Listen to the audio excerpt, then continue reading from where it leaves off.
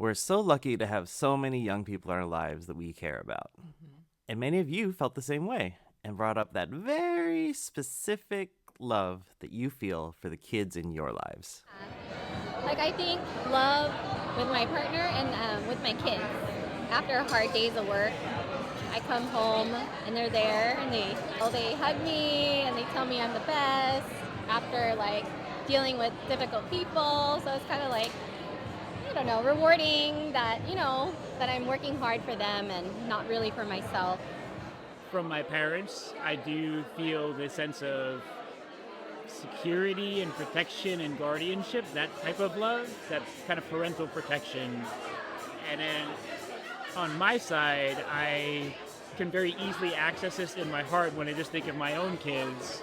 And there's something about parental love that is just so powerful that you're transcending love for yourself in a way that you would just sacrifice anything to take care of them. It's a very powerful feeling.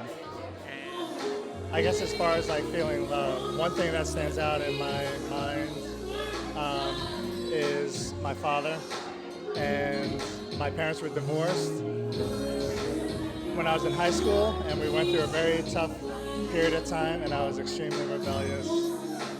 And there was one night I was out of several nights out like consecutively, and my dad called me, and he was just worried, and he was upset, and he was just wanting me to be home. And my dad, who's very stoic, actually started getting emotional and started sobbing on the phone call. And the fact that he was still extremely like upset and caring and wanting me to be home, it just hit me so hard that in that moment. And that was in like my senior year in high school. After I had that conversation, I went home and I recognized what I was doing, and I realized what I was doing to him and how much it was hurting him and how much he, despite everything, like nothing changed with him. Like he still treated me the same way, still loved me the same way, in spite of how I was like acting and how I was behaving. And that meant so much to me. And now as a father with teenagers who are going through a lot of the same things, I can appreciate it more now, how he felt and what he was thinking and how everything was for them and everything I see now is for my kids. And I appreciate that he was always like that for me. I think we feel most love when the kids are like run into our room. And even though we don't want them in there, but they come in and it's like, that's love because like they want to be with us.